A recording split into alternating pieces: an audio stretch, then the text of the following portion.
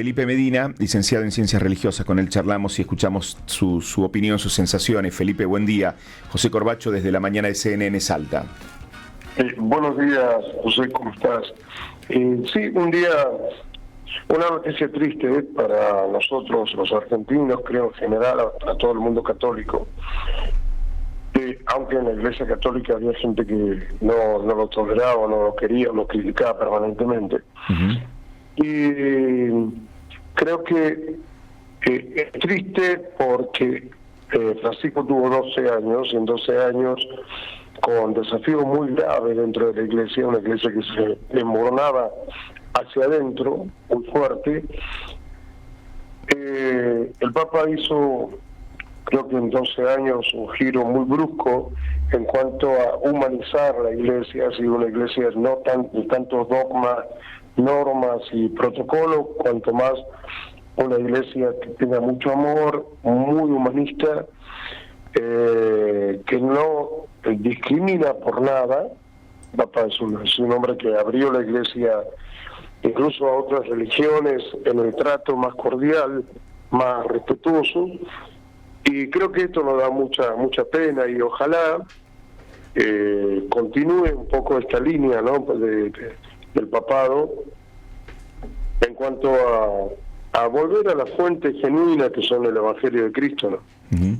Lo otro que se ha construido después a partir de Constantinopla y de lo que fue la conversión de Constantino y esa iglesia-estado, no me refiero al Estado Vaticano, sino una iglesia casada con un poder político, con los poderosos, o esa iglesia que dominaba para convertirse a la fuerza, no debe existir más, porque eso no es la iglesia de Cristo, ¿no? Una de Creo sus que el Papa... Sí, perdón. Sí, no, le iba a decir que justamente una de sus características también fue la austeridad hacia adentro de su gestión y su papado, y sobre eso te quiero preguntar, porque cómo vestía, dónde vivía, también cómo va a ser ahora su funeral, tiene que ver con todos estos cambios que él propuso también, ¿no? Sí, yo creo que el Papa ha marcado la línea de ese mensaje que le dio a los periodistas en el encuentro en la Sala Pablo VI, al día siguiente de su elección, cuando apareció con sus zapatos viejos, gastados, y dijo: quiero una iglesia pobre para los pobres. Hay muchas anécdotas que recorren la vida del Papa, entre amigos, como un gran amigo mío que estuvo muy cercano a él, que es Sergio Rubin, y me decía que el Papa le quisieron poner los zapatos rojos y él dijo que no, porque usaba zapatos ortopédicos, y se dio la vuelta y le dijo a un cardenal: se acabó el carnaval en la iglesia, es decir, no nos vamos a disfrazar, vamos a ser nosotros mismos. Y un gesto muy fuerte, casi inédito, fue cuando el Papa pidió ir a rezar a la tumba de San Pío X en la capilla, en la Basílica de San Pedro, y dijo: bueno, quiero recorrer, saludar a la gente. Y estaba con un pantalón negro, tipo pijama, y una camiseta, como la que usamos, frisada o algo así, ¿no? Y se puso un ponchito arriba para tapar el pecho. Esto que provocó tanto escándalo en gente tan obtusa, de cabeza chiquita, que no te va a pensar, sacó muchas ironías y cosas así, porque mostró: el Papa es Papa, el hábito no hace el monje, ¿no?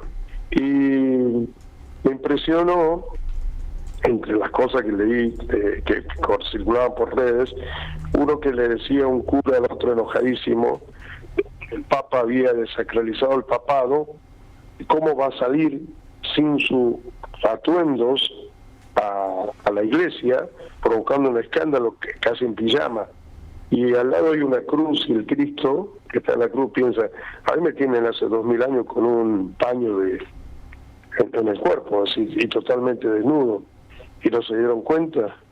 Es decir, esto, como ironía, ¿no?, obvio, un chiste o lo que quieran llamarlo, el Papa mostró cómo tiene que ser la iglesia, muy austera, muy sencilla, muy preocupada por la gente y por los pobres, levantar la voz por lo que no tienen voz. Y esto molestó mucho a algunos sectores de poder.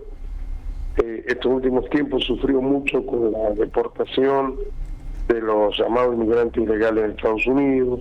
Le dijo, no es humano, eso no estamos hablando ya de sentimiento católico ni cristiano, estamos hablando de la humanidad misma. Porque si Cristo se ha hecho hombre, no es un hombre que se ha hecho Dios, es que Dios hecho hombre, ha bajado a la humanidad. Entonces creo que esto es la esencia del Evangelio y el Papa, espero que esta línea pueda continuar, ¿no? Sobre eso te iba a preguntar, porque ahora arranca el proceso para la sucesión de Francisco, y están en puja la continuidad de esta línea o volver al conservadurismo en la Iglesia. ¿Crees que se va a poder mantener esta visión del Papa Francisco, o fue un periodo de 12 años y ahora la Iglesia mirará hacia otro lugar?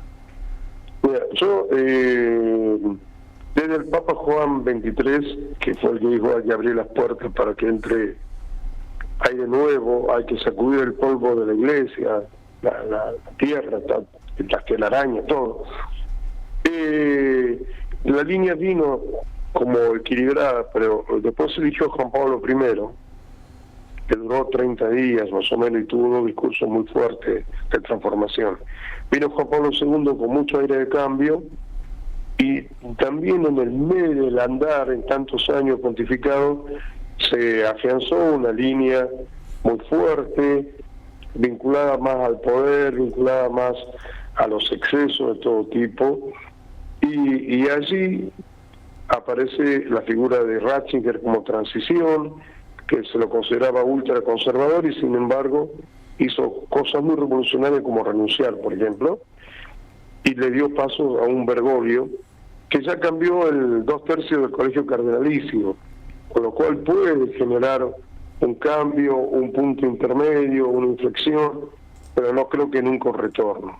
No todo el tiempo pasado fue mejor, fue nada más que el tiempo pasado. Entonces creo que se puede continuar con un cambio.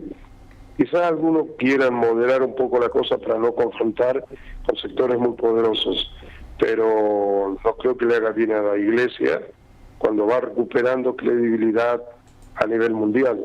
Nosotros acá seguimos, somos muy clericales, escuchamos, para nosotros como que si habla un obispo, habla un cura, es como que ha dicho la verdad siempre. Sin embargo, Europa ya no escucha. Y con Francisco hubo un gran retorno de muchos jóvenes a la Iglesia, de mucha gente joven, que incluso había sido ya educada en el ateísmo, y ha hecho un giro de retorno hacia la Iglesia Católica. ¿Qué le impactó? Lo decía un grupo de jóvenes franceses, la austeridad del Papa, la coherencia de lo que predicaba y cómo vivía, irse a vivir a una especie de pensión de curas, que no quería estar lejos de la gente. Creo que en esa línea tendría que ir el papado en este momento.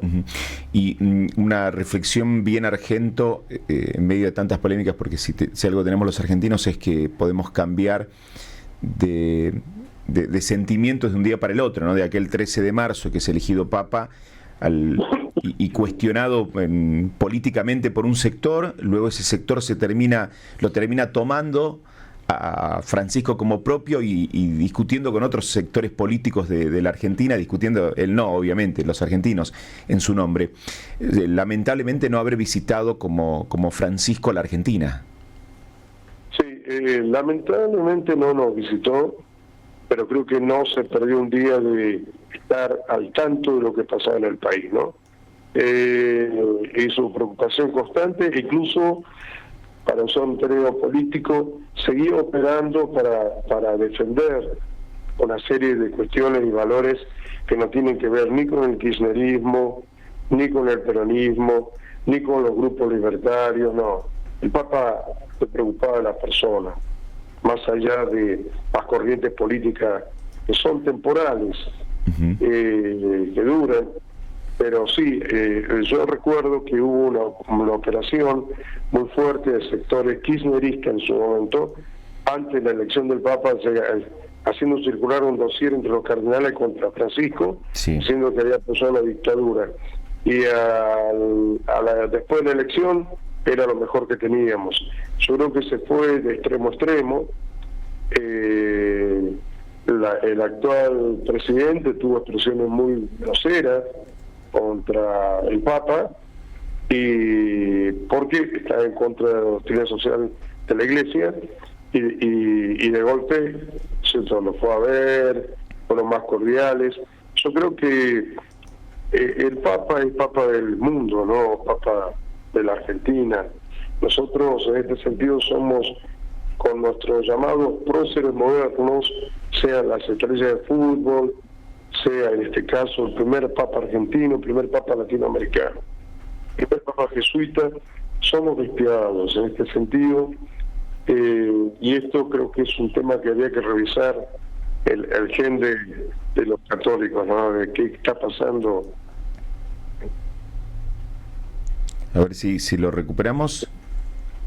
Teníamos problemas. Ahora te estamos escuchando, sí. Sí, yo decía que nosotros los argentinos somos cambiantes en ese sentido y destruimos a nuestros héroes. Nuestros héroes modernos no son los que pelean por la construcción de la patria, son los que nos dan alegría o sentimientos fuertes, como en el caso del fútbol. Hemos destruido a Maradona, hemos destruido a Messi, lo teníamos entre las cuerdas, y el Papa no escapa a ese sentimiento popular de amor-odio, que es un tema que Argentina debería trabajar, la educación debería trabajar. Vamos perdiendo poco a poco el respeto, creo, y estamos en un país que todavía